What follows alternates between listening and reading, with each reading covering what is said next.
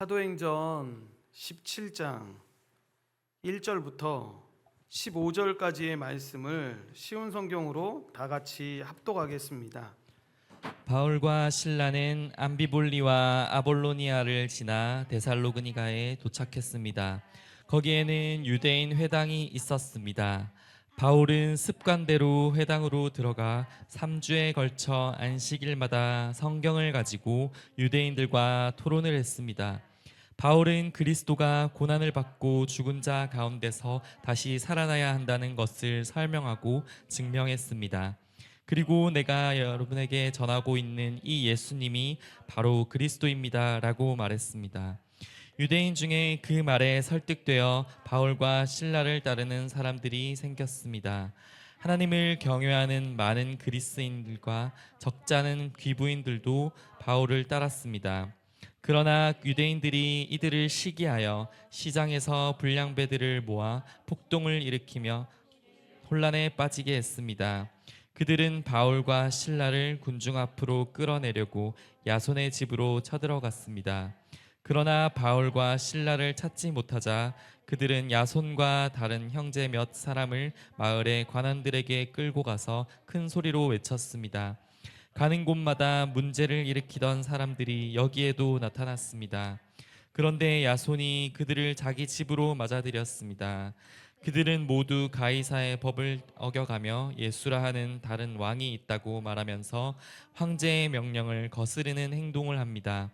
무리와 마을의 관원들은 이 말을 듣고는 당황하였습니다. 그러나 마을의 관원들은 야손과 다른 신자들에게서 보석금을 받고 그들을 풀어주었습니다. 밤이 되자 신자들은 곧바로 바울과 실라를 베레아로 보냈습니다. 바울과 실라는 베레아에 도착하여 유대인의 회당으로 들어갔습니다. 베레아 사람들은 데살로니가 사람들보다 더 고상한 성품을 가진 사람들이었습니다. 그들은 바울과 실라의 말을 열정적으로 받아들였으며 바울이 한 말이 사실인지를 알아보려고 날마다 성경을 연구했습니다. 그래서 그들 가운데 믿는 사람이 많이 생겼습니다. 뿐만 아니라 그리스의 귀부인과 남자들도 적지 않게 믿게 되었습니다. 그러나 데살로니가의 유대인들은 바울이 베레아에서도 하나님의 말씀을 가르친다는 것을 듣고 거기까지 가서 사람들을 선동하고 소란을 피웠습니다. 그래서 형제들은 급히 바울을 바닷가로 보냈습니다. 하지만 실라와 디모데는 베레아에 그대로 남아 있었습니다. 바울을 수행하던 사람들은 바울을 아테네까지 인도하였습니다. 그들은 가능한 빨리 실라와 디모데를 바울에게로 데려오라는 지시를 받고 베레아로 돌아갔습니다. 아멘. 오늘은 사도행전 36번째 시간입니다. 오늘도 하나님의 충만한 은혜가 우리 모두에게 넘치기를 소망합니다.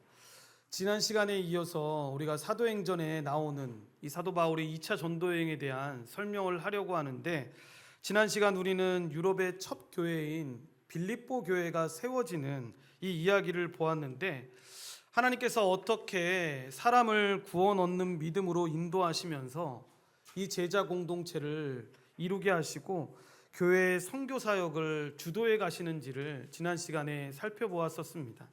물론 바울과 실라의 이 고통과 이 고통을 수반한 노력이 있었지만, 우리는 말씀을 통해서 이 모든 일을 주도하시는 분이 하나님이시라는 사실을 보았습니다.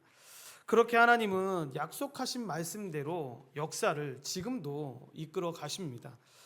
오늘의 이야기는 이 바울의 일행이 빌립보를 떠나서 또 다른 지역인 데살로니가와 이 베레아에서 복음을 전한 이야기가 나오게 됩니다. 먼저 1절부터 9절까지의 내용을 보시면 이 데살로니가에서 있었던 이야기를 기록하고 있는데, 바울 일행은 이 암비볼리와 아볼로니아를 거쳐서 이 데살로니가에 도착을 하게 됩니다. 이 데살로니아는 여러분 마게도냐의 전체 수도로서 가장 큰 도시였고, 여러분 가장 부유한 도시였습니다. 현재는 여기가 어느 지역이냐면 이 테살로니카라고 해서 그리스에서 아테네 다음으로 가장 큰 지역을 지금 이야기하고 있는 겁니다. 지리상으로 이 동서무역로에 그리고 남과 북에 이 교차로에 위치해 있기 때문에 여러분 이런 지역은 그냥 번영하지 않으려고 해도 번영할 수밖에 없는 지역입니다. 지금처럼 길이 여러 군데 떨어져 있는 게 아니라 동서남북으로 여러분 이곳을 지나가야지만 여러분 갈 수 있는 데니까 그냥 이곳에는 그냥 번영할 수밖에 없는 그런 지역인 거죠. 게다가 바울 당시에는 이런 특성상 자유도시로 인정을 받습니다. 그래서 군대조차 식민지였음에도 불구하고 군대조차 주둔하지 않았을 뿐만 아니라 세금 면제 특권을 가지고 있었습니다. 그러니까 이런 도시의 특성상 당시 이 데살로니가는 빌립보와는 달리 여러분 상당히 많은 유대인들이 거주하고 있는 곳이었습니다. 그걸 우리가 어떻게 알 수 있냐면 이 바울 일행이 그들의 습관대로 회당을 중심으로 말씀을 전했다라는 이 말씀만 봐도 우리는 알 수 있습니다. 언젠가도 말씀드렸던 것처럼 성경을 보시다가 여러분 식민지에서 우리가 고통을 당하고 있는데 회당이 있었다 그러면 유대인이 최소한 10명 이상은 그 지역에 살고 있었던 겁니다. 그런데 회당이 없었어 라고 나오면 그냥 그들이 강가에서 예배를 드렸거나 강가에서 통곡했어 이런 기사가 나오면 이건 뭐냐면 유대인들이 그만큼 많지 않았다라는 걸 보여주는 거죠. 구약 성경을 통해서 이들이 복음을 전하기 시작했던 건데 여러분 회당에서 구약 성경의 근거에서 이 그리스도의 고난과 이 부활의 절대적인 필요성을 역설하면서 이 구약의 예언을 성취하신 분이 바로 예수님이라는 사실을 여러분 그 지역에 있는 사람들에게 전했던 것입니다. 이미 바울은 이와 같은 설교를 다른 곳에서도 행했습니다. 그러니까 사도 바울이 지역만 달리했을 뿐이지 여러분 가는 곳마다 전했던 내용은 다 똑같았습니다. 그 내용이 뭐냐면 바로 우리가 간단히 말하는 그 복음을 증거했던 겁니다. 그래서 개종 후에 이 다메섹의 유대인 회상에서도 뭐를 증거했냐면 예수님이 하나님의 아들이다. 그리고 그 유대인에 처형된 그 예수님이 바로 그리스도라고 전파를 했습니다. 그리고 안디옥 회당에서 행한 설교에도 예수 그리스도의 죽으심과 부활 사건을 통해서 구약 성경의 예언이 성취되었다라고 그들에게 선포를 했습니다. 이렇게 회당에서 사도 바울이 전했던 이 복음은 구약 성경을 근거로 해서 복음을 전하는 방법이었습니다. 그런데 이건 사도 바울이 독특하게 창안해낸 방법이 아닙니다. 이전에 여러분 사도들과 초기 복음 전도자들이 했던 방식으로 주 예수님께서 친히 보여주셨던 모습을 그 뒤에 있던 복음을 증거하는 자들이 똑같이 그렇게 전했던 것입니다. 이 복음의 전도 결과 어떤 일이 생기게 됩니까? 오늘 말씀해 보시면 경건한 이방인의 큰 무리와 적지 않은 기부인들이 설득되어서 바울과 실라를 따르게 되었다라고 기록하고 있습니다. 물론 여러분 유대인들도 많이 예수 그리스도를 따르게 되었지만 누가는 이 경건한 이방인인 헬라인들과 도시의 상류층인 이 지도자급 인물들의 부인들이 복음에 반응했다라는 걸 먼저 이렇게 부각해서 알려줍니다. 여기서 우리는 특별히 두 동사를 주목하게 되는데 그 동사가 뭐냐면 그 말에 설득되어라는 단어와 따랐다라는 단어입니다. 이것은 그들이 그냥 복음을 듣고 그 자리에서 설득되었다 이런 것으로 끝나는 설명이 아니라 교회 공동체에 가입이 되었고 연합이 되었다라는 것을 설명하는 단어입니다. 그러니까 이들의 회심 과정이 그냥 어떤 말 잘하는 사람에 의해서 변화되었고 말 잘하는 사람에 의해서 저 말 맞는 말인 것 같아 이렇게 표현하는 정도가 아니라 성령의 주도적인 역사가 그들 가운데 임함으로 말미암아 단순히 복음의 진리에 설득되는 것에 끝나는 것이 아니라 그들이 그리스도의 몸인 교회에 연합되었다라는 것을 설명하는 겁니다. 그러나 복음에 대한 반응은 언제나 그런 것처럼 여러분 계속해서 말씀을 주목하고 듣고 있다면 이거 1차 전도 여행 때에도 이런 일들이 있었는데 라고 하는 일들이 계속 반복해서 일어나는 겁니다. 그래서 복음에 대한 반응은 언제나 환영과 회심만이 아니었습니다. 잘 보면 어느 때든지 바울 일행에 대한 시기심이 발동하는 것을 보게 됩니다. 그래서 유대인은 여러분 계속해서 우리가 봤던 것처럼 이 바울이 그리고 복음 전도자들이 이 복음 전하는 것을 막기 위해서 필사적으로 움직이는 것을 보게 됩니다. 여기서는 시장의 불량배들을 동원해서 폭동을 일으켰다라고 나오는데, 사회적으로 높은 신분을 가졌던, 그러니까 적지 않은 기부인들의 회심이 유대인들에게는 보이지 않게 영향력 있는 지지자들을 잃어버리는 거니까 당연히 두려움을 가질 수밖에 없었던 겁니다. 그래서 이런 악한 일을 행했던 건데, 여러분, 유대인들이 직접 폐결하는 대신 얼마나 악한 짓을 합니까? 시장에 불량배들을 동원합니다. 그래서 그들을 고용해서 폭동을 일으킴으로 도시에 혼란을 빠지게 만드는데, 제일 먼저 한 일이 뭐냐면 바울 일행이 묵었다라고, 함께 거하면서 말씀을 가르쳤던 그 야손의 집에 있을 것이라고 생각해서 야손의 집을 쳐들어가게 됩니다. 아마 야손은 처음 그 복음을 전했을 때 회심한 사람이었을 것이다 라고 이야기를 하는데, 바울이 로마서 16장에서 언급하고 있는 그 야손과 동일한 인물입니다. 이때 바울은 유대인들의 반대 때문에 회당에서 계속 복음을 전할 수 없다라는 걸 깨닫게 되고, 어느 한 집에서 이 복음을 전하게 되는데, 그게 바로 야손의 집에서 그 모임을 갖게 되고, 이 야손의 집을 통해서 별도의 모임을 통해서 말씀을 가르치는 것을 하게 됩니다. 불량배들은 이 야손의 집이 그렇게 사용되어지고 있다는 걸 알았기 때문에 그렇게 무작정 그곳에 있을 것이다라고 생각해서 쳐들어가게 되는데, 바울 일행을 찾지 못하니까 어떻게 하냐면 야손과 여러분 형제들을 끌고 가서 그렇게 이야기하는 거죠. 가는 곳마다 문제를 일으키던 사람들이 여기에도 나타났습니다. 바울과 그의 일행들을 말하는 거겠죠.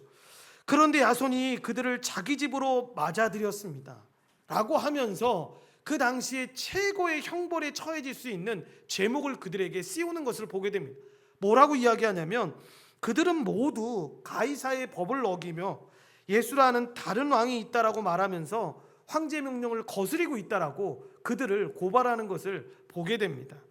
여러분, 고발 내용이 사뭇 흥미로운데, 그냥 우리 밥줄 끊기게 됐어요, 우리 영향력이 끊기게 됐으니까 이 사람들 좀 어떻게 좀 해주세요, 이런 게 아니라 여러분, 악랄하게 그 당시에 최고의 형벌로 다스렸던 반역의 죄를 그들 가운데 씌우게 되는 겁니다. 그래서 먼저 그들은 바울 일행을 뭐라고 이야기하냐면 가는 곳마다 문제를 일으키던 사람이다 라고 이야기합니다. 다른 성경 번역본에 보면 이 표현을 어떻게 하고 있냐면 세상을 뒤집어 엎는 사람들이다 라고 이 부분을 표현합니다. 여러분, 다소 과장이 섞여 있다 할지라도 세상이 이 복음의 역사를 어떻게 인식하고 있는지를 우리에게 지금 잘 보여주는 면이 있습니다. 어떤 분은 어떤 목사님은 이 부분을 설교하면서 이게 되게 안타깝다라고 하시는 분도 있습니다. 뭐냐면, 그래도 당시에는 이렇게 엄청난 영향력을 교회가 세상 가운데 행사했는데 이제는 조그만치도 영향을 행사하지 못하는 교회 모습 가운데 처해 있는 이 안타까운 모습이 정말 탄식스럽다라고 이야기한 적이 있습니다. 여러분, 부끄럽기 그지없는 표현 아닙니까? 이 고발은 혁명을 시도하는 자들이다라는 설명을 하고 있는 겁니다. 그러나 빌라도 앞에서 주님이 말씀하신 것처럼 여러분, 주님의 나라는 이 세상에 속한 것이 아닙니다. 그러니까 이 세상을 변혁하고 이 세상을 여러분 어떻게 바꾸기 위해서 여러분 이런 일을 하고 있는 게 아니라는 걸 기억해야 합니다. 두 번째 고발 내용은 뭡니까? 말씀드렸던 것처럼 이 첫 번째 고발 내용과 연결시켜서 가이사의 법을 어겨가면서 다른 임금이 있다고, 예수가 있다라고 주장한다라는 겁니다. 그러니까 예수님만이 왕이라는 그 신앙 고백을 예수 믿는 사람들은 하게 되는데, 여러분, 로마 황제 가이사를 부정하는 결과를 가져오는 것이기 때문에 이 사람들이 반역하는 것이다 라고 이들을 공격했던 것입니다. 그러니까 일반 범죄로 그냥 단순히 매 몇 대 맞고 보내려는 정도가 아니라 최고의 형벌을 이들에게 내려달라고 지금 요구하고 있는 것입니다. 그런데 여러분, 그렇게 바울 일행을 찾지 못하지 않습니까? 그러니까 이 형벌 자체를 믿는 자들에게 다 덤태기 세워서 이들이 이런 형벌을 받을 수 있게끔 여러분 그렇게 모욕하면서 그들을 고소했던 것입니다. 결국 그렇게까지는 아니다라고 생각한 여러분 도시에 관료들인 읍장들이 바울과 실라의 이 추방 정도를 보증으로 하고 보석금 받고 여러분 이들을 풀어주면서 폭동은 일단락되게 됩니다. 그렇게 풀려난 형제들이 어떻게 합니까? 계속 있다가는 바울과 그의 일행들이 정말 죽을 수도 있겠다라는 걱정스러운 마음에 바울과 실라를 그 밤에 여러분 베레아로 보내는 겁니다. 이렇게 여러분 사도 바울의 사역은 이 데살로니가에서의 사역이 갑작스럽게 마치게 되는 것을 보게 됩니다. 그래서였는지는 몰라도 뒤에 여러분 우리가 성경에 데살로니가 전후서가 있지 않습니까? 거기에 보면 이 바울의 편지에 보면 정말 이때의 상황을 이야기하면서 아쉬워하는 표정이 역력하다라는 걸 우리가 깨닫게 됩니다. 아마도 바울은 다시 내가 이 데살로니가에 가서 복음을 전하고 그들과 같이 교제할 것이다라고 생각을 했던 것 같습니다. 그런데 계속 막히고 가지 못하는 상황이 있다 보니까 이 아쉬움을 표하는 거죠. 그래서 고린도에서 데살로니가 전서를 쓰면서 이렇게 이야기를 합니다. 데살로니가 전서 2장 17절과 18절 말씀을 쉬운 성경으로 합독하겠습니다. 형제들이여, 내가 잠시 여러분과 떨어져 있지만 나는 항상 여러분을 생각합니다. 너무나 보고 싶고 또 여러분이 있는 곳으로 가고도 싶습니다. 그래서 나 바울이 몇 번이나 가려고 했지만 사탄의 방해로 갈 수가 없었습니다. 아멘. 이렇게 여러분 아쉬운 마음이 있었던 거죠. 또한 여러분 바울은 이 편지에서 복음을 대적하는 유대인들을 향해서도 이렇게 언급하고 있는 것을 보게 됩니다. 2장 15절과 16절 말씀 쉬운 성경으로 우리 다 같이 합독하겠습니다. 유대인들은 주 예수님과 예언자들을 죽이고 우리들을 쫓아내며 하나님을 기쁘시게 하지도 않고 모든 사람의 원수가 되었습니다. 그들은 이방인들이 구원을 얻지 못하도록 우리가 이방인들에게 복음 전하는 것을 방해합니다. 그러나 이렇게 하는 것은 결국 그들의 죄만 더 크게 할 뿐입니다. 마침내 하나님의 진노가 그들에게 내려졌습니다. 아멘. 뿐만 아니라 자신이 싸운 많은 싸움 중에서 그들에게 복음을 전했다라고 회상을 하면서 그들이 복음을 어떻게 받아들였는지를 이렇게 여러분 말하고 있습니다. 1장 6절과 7절 말씀을 쉬운 성경으로 합독하겠습니다. 여러분도 이제 우리처럼 주님을 본받는 자가 되었습니다. 고난을 받는 중에도 성령이 주는 기쁨을 통해 주님의 말씀을 놓치지 않았기 때문에 여러분은 마게도니아와 아가야 지역에 사는 성도들에게 모범이 되고 있습니다. 아멘. 그래서 참 다행인 게 뭐냐면 지금 우리가 새 어떤 부분만을 읽어봤지만 여러분 데살로니가의 교회에 보낸 서신들을 우리가 잘 살펴보면 사도 바울이 이렇게 쫓겨나다시피 이 데살로니가에서 떠났음에도 불구하고 이 일로 인해서 데살로니가 교회 성도들의 마음이 흔들리지 않았다라는 것을 보게 됩니다. 이 말씀은 하나님이 우리에게 주신 가장 확실한 전도와 선교의 도구가 이 성경이라는 것을, 하나님의 말씀이라는 것을 분명히 보여주는데, 여러분 바울은 이 성경을 강론하고 뜻을 풀어주고 증언하고 선포하면서 이 많은 사람을 하나님께 인도했습니다. 여러분 우리는 여러분 이 모습을 보면서 모든 가르침과 이 사역을 성경 말씀을 중심으로 해야 한다는 걸 이 말씀을 통해서도 우리가 다시금 깨닫게 되는데, 사람을 변화시킬 수 있는 건 하나님의 말씀밖에 없다라는 걸 기억해야 합니다. 이런 반대자들은 이성적이거나 합리적인 방법을 쓰지 않고 저질스러운 언행을 통해서 하나님을 반대하는 것을 보게 되는데, 합리적인 논쟁으로는 그들이 이길 수 없다라는 걸 분명히 알았던 겁니다. 그러므로 우리가 전도하다가 이런 말도 안 되는 여러분 억지 주장이나 무례함을 경험할 때가 있습니다. 그러니까 간혹 가다가 복음을 전하러 왔어요, 자기네들도 좋은 소식을 전하러 왔어요 라고 이야기할 때 여러분 왜 그냥 돌려보내세요 라고 말을 하냐면, 여러분 많은 사람들 중에 일부의 사람들은 그 사람들의 말을 좀 들어주고 그 다음에 내가 진짜 복음을 가르쳐서 그들에게 잘 하나님께 인도하게끔 인도해야겠다라고 생각하시는 분들이 있습니다. 그런데 경험해 보신 분들은 알지만 여러분 그들은 자기들이 해야 될 말만 하고 떠납니다. 듣지 않습니다. 그리고 듣지 않으라고 배웠고 그렇게 살라고 여러분 그들은 배웠기 때문에 절대 자기들 말만 하고 여러분 그냥 돌아가게 됩니다. 그러니까 시간을 투자하면서까지 그렇게 할 필요가 없다라는 겁니다. 그러므로 우리가 그런 경우 만날 때 여러분 너무 분노하지 말고, 사단이 항상 이런 방법을 사용해서 여러분 복음을 대적해 왔다라는 걸 기억해야 되는데, 그리고 논리와 이성으로 여러분 우리가 반대자들을 이기려고 하는 생각도 버려야 합니다. 잘 보면 복음 전할 때 우리가 여러분 잘 가르쳐서 복음을 잘 배우고 잘 가르쳐야 하지만, 여러분 그렇게 하는 것을 도구 삼을 뿐이지 그 일을 행하시는 분은 하나님밖에 없다라는 걸 기억해야 합니다. 그래서 영적 싸움을 할 때 항상 기도해야 합니다. 하나님의 말씀을 붙잡고 나아가야 합니다라고 말하는 이유가, 우리에게서 그 근원이 없기 때문에 하나님을 바라보고 하나님이 주시는 그 마음으로 나아가야 하는 것입니다. 그럴 때 여러분 하나님이 그들의 마음과 생각을 바꿔주셔서 그들이 진리를 보게 되는 것입니다. 두 번째 10절부터 15절까지의 내용인데, 그렇게 밤에 급히 데살로니가를 떠나야 했던 이 바울과 실라는 새길을 통해서 베레아라는 곳에 여러분 이르게 되는데, 여기서도 그들은 유대인의 회당에 들어가서 복음을 전했다라고 이 누가는 기록합니다. 특별히 11절에 보시면 베레아 사람들은 데살로니가 사람들보다 더 고상한 성품을 가진 사람이었다라고 진술하고 있는 걸 보게 되는데, 이 말은 뭐냐면 베레아 사람들이 보인 이 반응이 매우 복음을 전하는 사람들에 대해서 호의적이었다라는 것을 짐작해 하는 겁니다. 그러니까 처음 이 데살로니가 사람들이 보였던 이 오만불손하고 자기들을 그렇게 감옥에 가두고 잡으려고 했던 그런 모습이 아니었다라는 것입니다. 그렇게 그들은 개방적인 태도를 가지고 바울이 전하는 이 복음에 대해서 듣게 되는데, 여러분 이들의 보았던 모습들을 잘 봐야 합니다.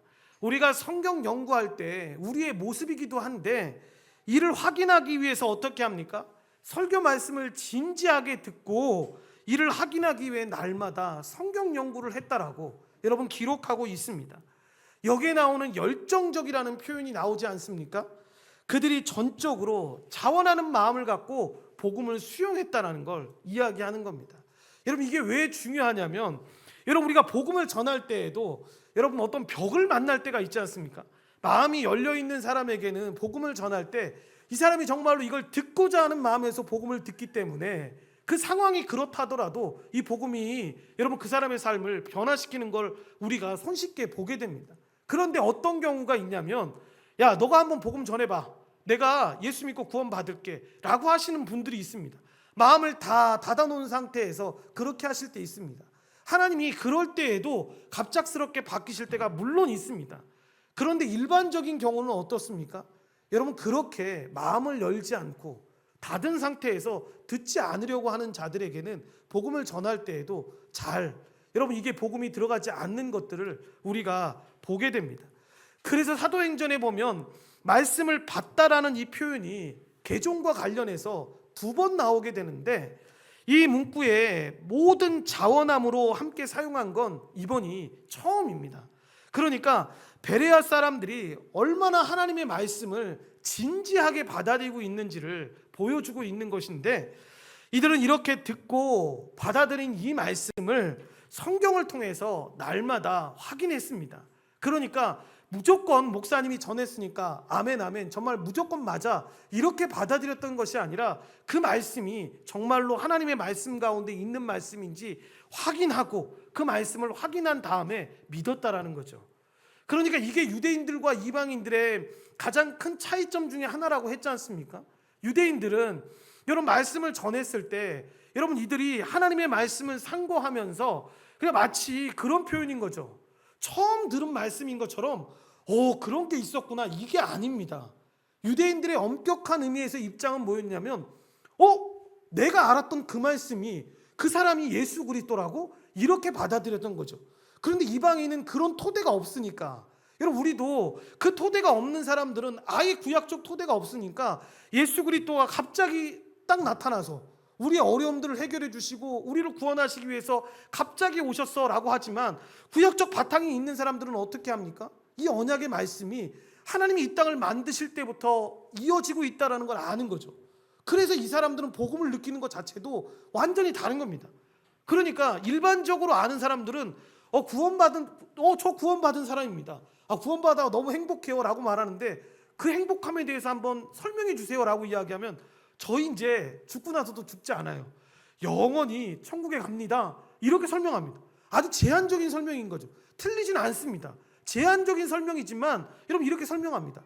그런데 복음의 풍성함을 알면 알아갈수록 어떻게까지 설명이 되겠습니까?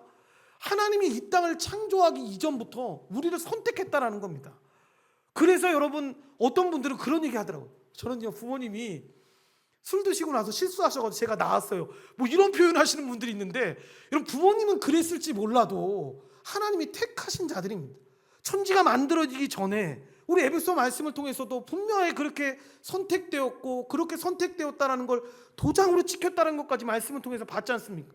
그러니까 여러분 이 사실을 알고 있다면 이 복음이 얼마나 풍성한 은혜인지, 그리고 그 일을 위해서 그냥 단순히 나 예수 믿었으니까 구원받았어, 이게 아니라 하나님의 아들이신, 하나님이신 예수님이 이 땅 가운데 오셔서 우리를 위해서 십자가에서 못 박히시고 죽으셨다라는 이 사실을 통해서 얼마나 큰 대가가 있었고 얼마나 큰 은혜의 사랑이 있어서 내가 구원받았는지를 알게 되는 거죠.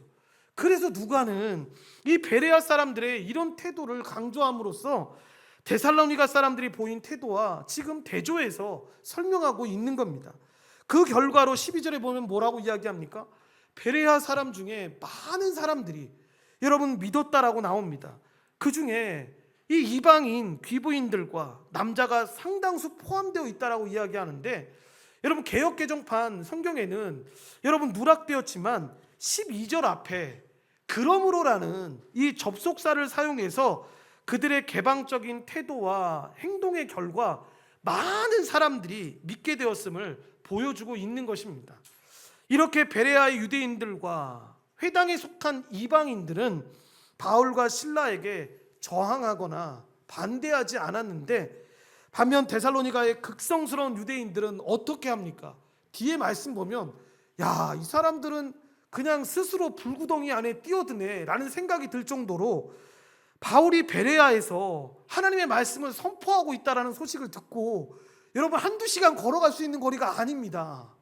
여러분 하루 이틀을 가야 되는 그 거리 가운데 직접 내려가서 그 사람 잘못됐다라고, 그거 잘못된 거야라고 소란을 피우면서 소동을 피우는 것을 보게 됩니다. 이렇게 데살로니가의 원종원 이 박해자들은 특별히 바울에게 여러분 반감과 적대감을 갖고 있는 걸 보여주게 되는데, 그래서 여러분 베레아 형제들도 어쩔 수 없이 어떻게 합니까? 급히 바울을 배에 태워서 아덴으로, 지금 말로 하면 그리스로 보내게 되는 것입니다. 하지만 데살로니가에서 임무를 마치고 돌아온 디모데와 실라는 이곳에 더 머물고 있게 됩니다. 바울을 피신시킨 형제들이 마지막에 말씀을 보면 바울에게서 실라와 디모데도 가급적 빨리 아덴으로 오게 하라는 명령을 전달받고 베레아로 돌아오게 됩니다. 그러면서 여러분 15절 말씀이 끝나게 되는데, 이렇게 성령님께서는 누가로 하여금 이 베레아 사람들의 태도를 칭찬하게 함으로써 성경의 독자들이 이 성경의 말씀을 보고 있는 여러분 우리들을 도전하게 됩니다. 정말 안타깝게도 여러분 교회를 조금 오래 다니셨거나 관심이 있던 사람들이라면 이 베레아라는 이름이 굉장히 좋은 이름이고, 여러분 교회 이름이 정말 이단이 먼저 선접해서 쓰지 않았다면 베레아 교회라는 교회가 굉장히 여러분 우리나라에 많았을 겁니다. 그러니까 혹시나 여러분들 지나다니다가 베레아 교회가 보이면, 교회 이름이 베레아 교회라고 보이면 무조건 여러분 좋은 교회야, 무조건 나쁜 교회야라고 먼저 그렇게 생각하실 필요는 없습니다. 안타깝습니다. 정말 좋은 여러분 교회의 성도의 모습이니까 우리 베레아 교회처럼 이렇게 갑시다라고 말하는 게 좋아서 베레아 교회라고 할 만 하지 않습니까? 그런데 베레아는 안타깝게도 우리나라에서만큼은 이단이 먼저 선점을 해서 너무 여러분 이 단어를 이단이 쓰고 있기 때문에 쓰지 않습니다. 그래서 혹시나 들어보셨는지 모르겠는데 김기동 목사라고 해서 기신론을 이야기하는 사람이 있는데, 이 사람이 한두 가지 이론뿐만 아니라 이 서울 성락교회라고 하는데, 이것도 되게 조심해야 합니다. 서울에 성락교회가 또 좋은 교회가 있거든요. 그러니까 이게 되게 조심해야 돼요. 그러니까 이게 저희가 순복음교회니까 되게 오해받은 것 중에 하나도 그런 거였는데, 여러분 우리 교회는 교단이 뭡니까? 라고 물어보면 그냥 일반적으로 사람들이 모르니까 제 순복음교회입니다 이렇게 얘기를 합니다.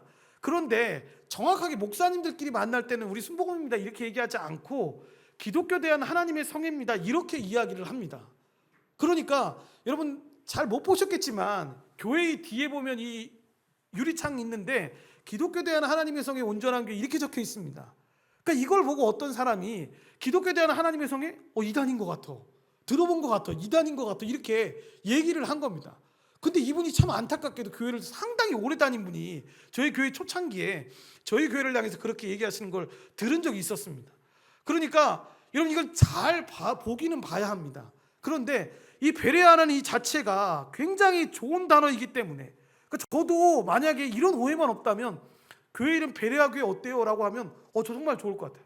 왜냐하면 우리 교회가 정말 베레아 사람들이 가지고 있던 그런 태도로 성경을 공부하기를 소망하니까요. 말씀을 들었을 때 그 말씀을 개개인들이 정말 같이 공부해 가면서 이 말씀이 이 성경 속에 기록되어 있는 말씀이네 라고 하는 것들을 보면서 배우기를 원하니까요. 그래야 교회는 그렇게 가야 하는 것이 맞는 거니까요. 결론적으로 지금까지 우리는 이 데살로니아 베레아에서 이 바울 일행이 전한 복음으로 인해서 어떤 결과가 나왔는지를 살펴보았는데 몇 가지 적용적 교훈을 하려고 합니다. 첫째는 복음이 공동체를 낳는다라는 사실입니다. 바울은 그의 습관대로 여러분 유대인의 회당에 들어가서 구약 성경에 나와 있는 그 말씀의 뜻을 풀어줌으로써 그리스도를 증언했습니다. 그러니까 사도 바울이 했던 역할은 뭐냐면 구약 성경에 나와 있는 내용과 예수님이 하신 말씀을 풀어서 사람들에게 설명했던 겁니다. 그러니까 구약 성경에 나와 있는 이 복음 더 분명하게 보통 사람들이 잘 알지 못하게 희미하게 나와 있는 그 부분들을 더 선명하게 설명했던 거죠. 그렇게 복음을 전한 겁니다. 이렇게 함으로써 복음의 회심자들을 얻게 된 것이고 그 회심자들을 중심으로 해서 복음의 사역을 확장해 갔던 것입니다. 이렇게 우리가 사도행전에서 보는 이 교회 개척은 여러분 바울이라는 어떤 한 사람의 특별한 능력이나 사상이 아닙니다. 그러니까 여러분 성경을 볼 때 오해하시면 안 되는 게 뭐냐면 성경을 이 성경이 누가 기록되어 있어? 사도행전은 누가 기록했어? 에베소서는 사도 바울, 로마서도 사도 바울 이러면 마치 그 사람이 어떤 특별한 사상을 가지고 기록한 것처럼 이야기합니다. 그런데 성경은 뭐라고 설명합니까? 성령의 감동을 받아서. 그러니까 그 사람들을 여러분 엄격하게 이야기해서 저자라고 이야기하지 않는 이유가 바로 여기에 있는 겁니다. 그들은 그냥 하나님의 도구로 여러분 쓰여져서 그 성경을 쓰게 되었던 겁니다. 그렇게 그 복음의 능력이 여러분 성령의 그 능력으로 말미암아 전해지게 된 것인데 그것은 순전히 복음이 가지는 능력으로 시작된 것이라서 여러분 이 복음의 능력의 역사를 이야기할 때 우리는 항상 하나님의 능력으로 진행되었다라고 말하는 것이고 그래서 사도 바울이 결정타로 로마서를 썼을 때 이렇게 말을 하는 겁니다. 로마서 1장 16절 말씀을 쉬운 성경으로 우리 다 같이 합독하겠습니다. 나는 복음을 부끄러워하지 않습니다. 그것은 이 복음이 유대인으로부터 시작해서 이방인들에게 이르기까지 모든 믿는 사람을 구원에 이르게 하는 하나님의 능력이기 때문입니다. 아멘. 그래서 여러분 이 사실을 믿었기 때문에 사도 바울은 가는 곳곳마다 이 구약 성경에 철저하게 의존하면서 그리스도의 복음을 증거했던 것이고 그 복음은 모든 믿는 자에게 구원을 주시는 하나님의 능력이 된다는 걸 알았기 때문에 그렇게 담대히 선포했던 것입니다. 이렇게 복음은 믿는 자를 구원하는 능력으로 역사하기 때문에 교회를 낳습니다. 그래서 바울이 복음을 전하는 곳마다 그런 놀라운 역사들이 일어났던 것입니다. 교회 역사에서 우리는 이 사실을 너무 자주 보게 됩니다. 그러니까 D.L. 무디 같은 사람도 그렇고 정말 배우지 못했다라고 말하는 사람들이 복음을 전했을 때 여러분 그렇게 많은 사람들이 그 말씀 앞에 회심하고 돌아오게 되는 그 놀라운 역사는 뭐냐면 그 사람들에게 주어진 어떤 능력 때문이 아니라 복음이 가지고 있는 그 능력을 의지하고 전했기 때문에 그런 놀라운 일들이 우리 가운데 임했던 것입니다. 이렇게 교회는 영향력 있는 목사나 어떤 특별한 사람들이나 프로그램에 의해서 여러분 움직여지는 것이 절대로 아닙니다. 우리가 복음의 능력을 신뢰하지 못할 때 여러분 자꾸만 그런 것들을 의지하는 겁니다. 그래서 그런 것들 하면 사람의 마음의 심령이 더 변화가 된다더라. 이런 것들을 하면 사람들이 더 하나님을 더 의지하는 것들로 가게 된다더라 라고 생각해서 그런 것들을 바라고 의지하면서 나아가는 것들을 보게 됩니다. 그러므로 꼭 기억해야 합니다. 참된 교회는 어떤 교회입니까? 라고 누가 물어보면 여러분 오직 복음이 낫는 교회죠. 복음이 하나님의 능력임을 믿는 교회죠. 그래서 그 교회가 사람이 적게 모여도 사람이 아무도 없어도 정말 그 복음을 온전하게 전하고 있다면 그 믿음으로 나아가고 있는 교회라면 정말 하나님의 은혜 가운데 살아가고 있는 하나님의 능력이 있는 교회입니다라고 설명할 수 있습니다. 어저께 제가 원래는 토요일날 제가 어디를 가지 않는데 특별히 같이 성경 공부를 하는 어떤 목사님이 창원에 개척을 해서 어저께 갔는데 여러분 한 30-40명 정도 되는 사람들이 모여서 같이 그 설립 예배를 드렸습니다. 그런데 그 교회 시작이 여러분 부인, 남편, 목사님, 사모님 그리고 우리 예한이 정도 되는 아이 3명 가지고 그 교회를 여러분 설립을 한 겁니다. 여러분 이게 있지 않습니까? 가서 보면 그게 보이지 않습니까? 사람이 3명밖에 없는 건 둘째치고라도 여러분 절대 이게 사람이 올 수 없는 지역이었습니다. 뭐냐면 공부상가 있지 않습니까? 그런 상가에 그것만 딱 있는 곳입니다. 교회만. 그 사람들이 알아볼 수도 없고 이걸 찾아갈 수도 없는 그런 곳이었습니다. 그런데 여러분 그분들이 나와서 말씀을 듣기 전에 찬양을 부르는데 그 찬양이 저희 개척 처음 시작하실 때 함께 하셨던 분은 알지만 저희가 불렀던 그 찬양, 그 교회라는 찬양을 목사님과 사모님과 그 애가 찬양을 부르는 겁니다. 예한이 정도 되는 아이였는데 저는 사람이 안에 성전이 너무 적어서 들어가지 못하고 밖에 복도에 있었는데 그 아이의 목소리가 복도까지 들리더라고요. 그리고 나서 제가 너무 궁금해서 이 성전 안에 어떻게 하고 있나 딱 봤더니 앞에서 찬양 부르시는 분들의 표정은 보이지 않고 이 앞에 있는 앉아있는 그 표정들을 보니까 저희 사모님도 그렇고 눈가에다 눈물이 다 고여 있는 거예요. 이게 여러분 오해하시면 안 됩니다. 불쌍해서 눈물이 보이는 게 아닙니다. 교회는 그런 곳이죠. 3명이 모여서 그렇게 시작을 해도 정말 그 믿음을 가지고 하나님이 그렇게 일하실 거다라는 걸 알면 하나님 우리 교회가 이렇게 세워지게 도와주십시오.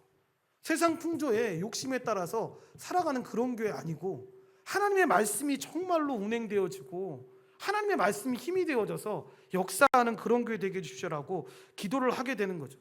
그런 교회에 여러분 무슨 현상이 나타나겠습니까? 여러분 하나님의 거룩하심을 더 알게 되겠죠. 그리고 우리의 죄인됨을 더 깊이 인식하게 되겠죠. 그리고 하나님의 은혜가 더 선명해져서 그리스도의 십자가에 그 은혜를 점점 더 구하게 되겠죠. 그리고 더 견고한 복음의 공동체로 세워져 가지 않겠습니까? 그런 은혜를 다시 회복하고 나아가야 합니다. 두 번째는 복음은 언제나 예외 없이 저항을 불러일으킨다는 사실입니다.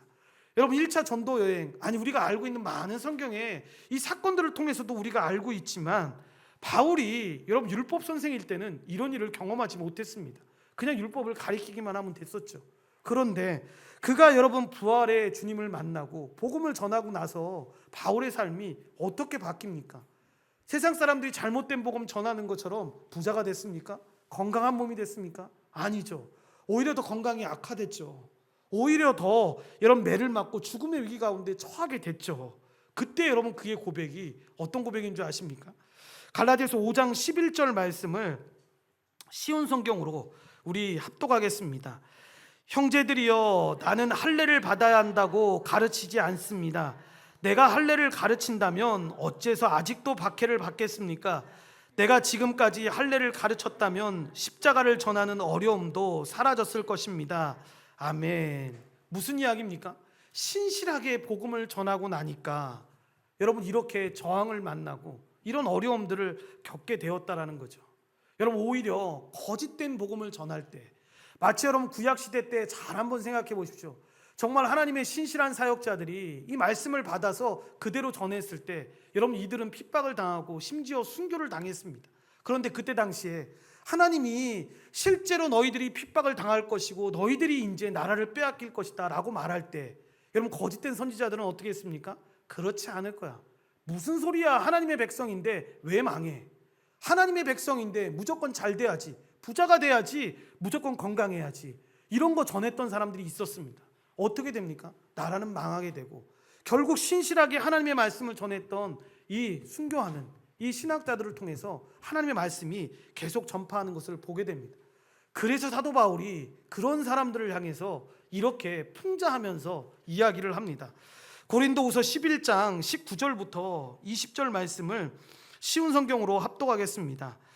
여러분은 스스로 지혜롭다라고 생각하는 사람들이니 어리석은 사람들을 애교로 잘 봐주십시오. 심지어 여러분을 노예로 삼는 사람, 여러분에게 사기치는 사람, 여러분을 이용해 먹는 사람, 여러분의 뺨을 때리는 사람에 대해서도 여러분은 잘도 참아내고 있습니다. 아멘. 풍자에서 여러분 이렇게 이야기를 하고 있는 겁니다. 바울이 지적하고 있는 것처럼 거짓 사도요, 속이는 일꾼이며 그리스도의 사도로 가장하는 자들이라고, 의의 일꾼으로 가장해서 지금 사역하고 있는 사탄의 일꾼이라고 지금 설명하고 있는 겁니다. 그렇다면 왜 복음이 저항을 불러일으킨다라고 생각을 하십니까? 복음이 여러분 자기의 의를 공격하기 때문입니다. 그래서 여러분 복음을 공부하면 공부할수록 더 자존감이 충만해지는 게 아니라, 복음을 공부하면 공부할수록 나타나는 현상은 뭐냐면 우리가 참 하나님께 부족하고 하나님의 은혜가 크다라는 생각을 하게 됩니다. 그동안에는 자기 잘난 멋에 살았는데, 내가 이렇게 똑똑했고 내가 이렇게 가졌고 내가 하고 싶은 건 다 이루면서 살았는데 라고 생각했던 인생이었는데, 복음이 그 앞에서 그렇지 않다라고 그 자기 의를 이런 막는 것 때문에 사람들에게 저항을 일으키는 것입니다. 그러니까 예수 믿으면서 이걸 한두 번쯤 우리는 다 여러분 경험하고 평생을 이걸 경험하면서 살아갈 때가 너무 많습니다. 자기 의가 항상 살아가는 게 일반적인 죄악된 본성의 모습이니까. 그런데 이 복음이 풍성해지게 되면, 그 말씀 앞에 서게 되면 우리는 정말 아무것도 아닌 존재라는 걸 깨닫게 되는 거죠. 그리고 그 앞에서 우리는 엎드리는 겁니다. 그리스도의 의가 아니면, 하나님의 은혜가 아니면 살아갈 수 없다라는 걸 우리가 깨닫게 되는 거죠. 그래서 여러분 사단은, 그래서 여러분 교회를 회파하려고 하는 사람들은, 여러분 항상 보시면 이 신실하게 복음을 전하는 사람들, 그리고 이 신실하게 복음을 대로 사려고 하는 자들을 괴롭히고 어렵게 만들려고 하는 것을 보게 됩니다.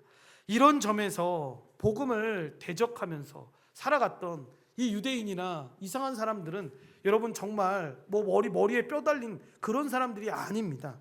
교회 안에서 문제가 생기거나 어려움이 생겼을 때, 그래서 믿는 사람들은 전신 바짝 차리고 잘 봐야 합니다. 이게 정말 복음이 만들어내는 당연한 결과인지, 저렇게 행동하는 것이 정말로 복음 안에서 살아가는 사람의 모습인지를 잘 봐야 합니다. 그래서 복음 앞에서 이것은 옳지 않은 행동이다라고 생각하면 돌이켜야 합니다. 누가 말해주지 않아도 여러분 복음을 제대로 알고 하나님의 은혜를 아는 사람들이라면 함께 있는 사람들에게 그렇게 적대감을 표출하고 그렇게 할 수가 없는 겁니다. 이런 점에서 참과 거짓을 분별해내는 구별은 어려워 보이지만 의외로 여러분 쉽습니다. 복음은 사람을 기쁘게 하지 않습니다. 오히려 복음은 저항을 불러일으킬 수 있다는 걸 기억해야 합니다. 이 사실을 모르고 무조건 복음이 있으면 무조건 좋은 곳, 무조건 행복한 곳, 이렇게만 생각해서는 안 된다라는 것입니다. 한 가지 더 생각할 주제가, 그래서 성도들이 기꺼이 대가를 지불한다는 겁니다. 데살로니가 교회도 그랬고 베레아 교회도 잘 한번 보시면 여러분 어떻게 됩니까? 이 야손과 형제들도 여러분 예수 믿었다는 그 이유 때문에 붙잡혀 가서 그 고난을 겪지 않습니까? 그리고 나서 사도들이 떠날 수 있을 때까지 그 책임을 감당하는 것을 보게 됩니다. 실제로 여러분 잘 생각해 보십시오. 기껏 복음을 들어봤자 두세 달밖에 못 들었던 사람들입니다. 그런데 그 책임을 감내하면서 그들이 나아가는 거죠. 베레아에서도 마찬가지입니다. 또 다른 공격이 찾아왔을 때 그 복음을 들었던 자들이 그렇게 바울을 전송해 주면서 복음을 듣고, 여러분 그렇게 신자된 지 얼마 되지 않은 자들이 그렇게 그 행동들을 하는 것을 보게 됩니다.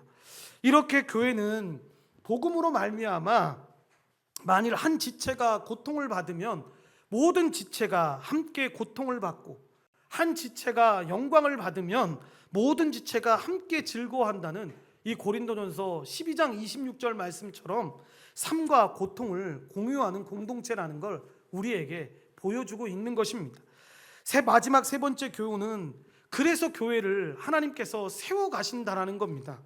계속해서 우리가 지금 보고 있는 빌립보 교회도 그렇고 데살로니가 교회도 그렇고 베레아에서 이 세워진 교회들을 보시면 이 교회들이 어떻게 자라났습니까? 여러분, 우리가 표면적으로만 보면 바울이 이 지역에서 복음을 전했을 때 여러분, 그들이 정말 하나님 앞에 동행하는 상황이 되고 하나님의 은혜 가운데 나와서 우리는 실제로 바울과 실라와 그와 함께 했던 누가에게 정말 많은 것들을 집중하는 것들을 보게 됩니다. 그런데 잘 보시면 여러분, 이 모든 것들이 여러분 하나님이 이들을 붙잡아 주셔서 이들 가운데 역사하셔서 이 일들을 행하셨다라는 걸 우리가 깨닫게 됩니다. 그러니까 그럼에도 불구하고 이 모든 일을 이루시는 분이 하나님이라는 사실, 그래서 우리가 이 원리를 꼭 잘 알아야 되는데, 그래서 사도 바울도 여러분 이 원리를 고린도 교회에게 가르쳐 줄 때 여러분 쉽게 말해서 사람들이 생각하는 것처럼 나 그때 가서 매 맞아가지고 죽을 뻔했다, 그러니까 나처럼 이 정도로 하면서 이렇게 가야 돼 라고 하면서 자기의를 주장하는 방식을 가르쳤던 게 아니라 고린도전서 3장 6절부터 7절에 보면 뭐라고 설명하냐면, 나는 심었고 아볼로는 물을 주었으되 오직 하나님께서 자라나게 하셨나니 그런즉 심는 이나 물 주는 이는 아무것도 아니로되. 그러니까 그렇게 복음을 전해서 매를 맞아서 죽을 위기까지 있었어도 그것은 아무것도 아니다, 오직 자라게 하시는 이는 하나님뿐이시다라고 설명을 했던 이유가 바로 여기에 있는 것입니다. 그러니까 오늘 본문을 보면서 권함을 받고 바울과 실라를 따른 이들은 모두 자신의 결정으로 그렇게 하나님 앞에 나와왔던 것이 아닙니다. 성령 하나님께서 그들을 설득하셨던 것이고 그들을 따르게 하신 것입니다. 이런 걸 보면서 우리는 여러분 우리 교회의 모습을 잘 봐야 합니다. 정말 자라게 하신 분이 하나님이심을 우리가 믿고 나아가는지, 우리 자녀들 볼 때마다, 그리고 믿음으로 잘 자라지 못하는 남편이나 아내 볼 때마다, 부모님들 볼 때마다 참 낙심되고 좌절할 때가 많은데, 그래서 어떤 한 사람을 의지하려고 할 때가 참 많은데, 내가 정말 교회는 하나님께서 자라게 하시는 것을 믿고 있는지, 정말 우리 눈에 보이지 않아도 저렇게 잘 자라고 있다라고 생각하면서 그렇게 잘 커가고 있는 걸 믿는지 잘 봐야 합니다. 여러분, 교회는 여러분 한국 교회 안에 있는 현상입니다. 목사와 전임 교육자들에 의해서 돌아가는 게 아닙니다. 우리가 교회론을 통해서 배우는 것처럼 교회는 여러분 목사와 장로가, 집사가 각각의 이 부여된 고유한 직분들을 감당하면서 그리스도의 몸인 모든 지체들이 여러분 각기의 역할을 감당함으로써 교회는 자라나는 것입니다. 그러니까 어떤 한 사람의 슈퍼맨에 의해서 교회가 부흥되는 게 아닙니다. 저는 이 조영기 목사님을 여러분 평가가 엇갈릴 수 있는데 하신 말씀 가운데 저희들한테 굉장히 기감되는 많은 좋은 말씀도 해주셨습니다. 그분이 항상 하셨던 이야기 중에 하나가 뭐냐면, 자기가 은퇴할 때 많은 사람들이 그런 얘기를 했습니다. 몇 년 안에 여의도 순복음교회는 망할 거라고 이야기를 많이 들었다고 합니다. 그때 조영기 목사님이 그렇게 성도들에게 얘기해 주셨습니다. 우리가 부족한 부분이 많죠. 우리가 연약한 부분들이 많죠. 그리고 제 다음에 사역하는 사람은 저처럼 어떤 신유의 그런 은사라든가 이런 것도 없을 수 있습니다. 그래서 많은 사람들이 걱정하는 것처럼 교회가 어려움을 당하게 될 거고, 그런 것 때문에 모인 사람들이니까 교회가 망해서 뿔뿔이 흩어질 거다라고 이야기할 수 있습니다. 그런데 그건 저희 교회를 잘 몰라서 그렇습니다. 저희 교회는 저 조용기 목사의 교회가 아닙니다. 하나님의 교회입니다. 하나님의 교회라면 하나님의 때가 됐을 때 망하게 하시는 건 어쩔 수 없죠. 그런데 하나님이 이 교회를 통해서 일하실 것이 있다라고 생각하시면 교회는 절대로 망하지 않습니다라고 이야기를 해주셨었습니다. 여러분, 교회는 이 이야기를 잘 기억해야 합니다. 교회의 주인은 하나님이십니다. 그리스도십니다. 그러니까 교회가 두려워해야 될 대상은 세상이 아니라 그리스도죠. 이 두려움이 여러분 그냥 무작정 가져야 되는 그 두려움이 아니라 하나님 앞에 우리가 정말로 말씀대로 잘 살아가고 있는지, 이 베레아 교회처럼 정말 마음을 다 열어서 하나님의 말씀을 듣고 그 말씀을 확인하면서 하나님의 은혜 가운데 살아가려고 작정하고 있는지, 여러분 이런 부분에 대한 두려움이 우리 안에 있어야 되는 거죠. 오늘의 이야기는 한마디로 교회가 세상을 뒤집어 엎는 사람들의 이야기라고 이야기합니다. 사도행전에 나오는 교회들이 대부분 그랬지 않습니까? 세상이 감당할 수 없는 교회였습니다. 그래서 초대교회에 뭐라고 예수 믿는 사람들을 호칭했다고 했습니까? 그리스도인. 여러분 이게 우리는 너무나도 당연하게 사용하고 있지만 당시엔 있지도 않는 용어였습니다. 왜냐하면 유대인이라는 호칭이 있었고, 여러분 그런 호칭들이 다 있는데 이 사람들은 전혀 다른 사람들이었습니다. 그러니까 다른 호칭으로 부르기 시작한 겁니다. 그리스도인 뭡니까? 저 사람들 예수 위해서 사는 사람들이야, 예수님만을 위해서 사는 사람이야 라고 생각해서 그리스도인이라고 불렀던 거죠. 여러분 우리도 여러분 하나님 앞에서, 세상 앞에서 그렇게 칭찬받는 사람들이 되어야 합니다. 저 사람 예수 믿는 사람이야 라는 이 한마디로 모든 것이 해결되는 사람. 뒤에 저 사람 예수 믿는 사람이야 그런데 라고 하면서 이상한 말이 나오면 안 됩니다. 여러분 모함하기 위해서 이상한 말로 공격할 수 있습니다. 그럼 감당해야죠. 그런데 여러분 정말로 이 세상 가운데서 예수님 믿기 위해서 작정하고 예수님 잘 믿기 위해서 걸어가려고 노력하는 사람, 그래서 저 사람 정말 하나님 두려워하는 사람이야, 예수님 두려워서 정말로 하나님 앞에 정말 세상 가운데서 하나님 앞에 사는 것처럼 사는 사람이야 라는 말 들을 수 있는 사람들이 되어야 합니다. 사도 바울이 야손과 예수 믿는 사람들이 그렇게 믿음으로 나아갔던 이유는 바로 이 이유 때문에 이렇게 살아갈 수가 있었던 것입니다. 이 임의 근원이 뭐였습니까? 복음을 믿는 능력, 그 하나님의 능력으로 이런 삶을 살 수 있었던 겁니다. 우리 안에도 그런 하나님의 역사가 넘쳐나게 되시기를 간절히 축원드립니다. 기도하시겠습니다. 하나님 감사합니다. 하나님 우리가 계속해서 2차 전도 여행을 통해서 복음이 계속 확산되어지고 그 복음이 전해질 때 겪게 되는 많은 일들을 우리가 말씀을 통해서 보게 됩니다. 우리의 삶을 돌이켜보면서 하나님 우리도 복음을 더 풍성하게 깨닫기를 원합니다. 베레아 교회의 모든 성도들의 모습을 보면서 그들이 열정적으로 그들이 마음을 다하여 하나님의 말씀을 듣고 그 성경을 확인하며 성경 연구하며 하나님 앞에 나아갔던 것처럼 우리 안에도 그런 풍성한 일이 넘쳐날 수 있는 하나님의 백성들이 될 수 있도록 주여 도우시고 인도하여 주시옵소서. 무조건 그 내용이 무엇인지도 모르고 아멘 아멘 하며 걸어가는 자가 아니라 하나님의 말씀이기에 하나님의 뜻이기에 아멘하며 하나님의 뜻을 바라며 나아가는 신자된 하나님의 백성들 될 수 있도록 도우시고 인도하여 주시옵소서. 모든 걸 주님께 감사드리오며 예수님의 이름으로 기도드리옵나이다. 아멘.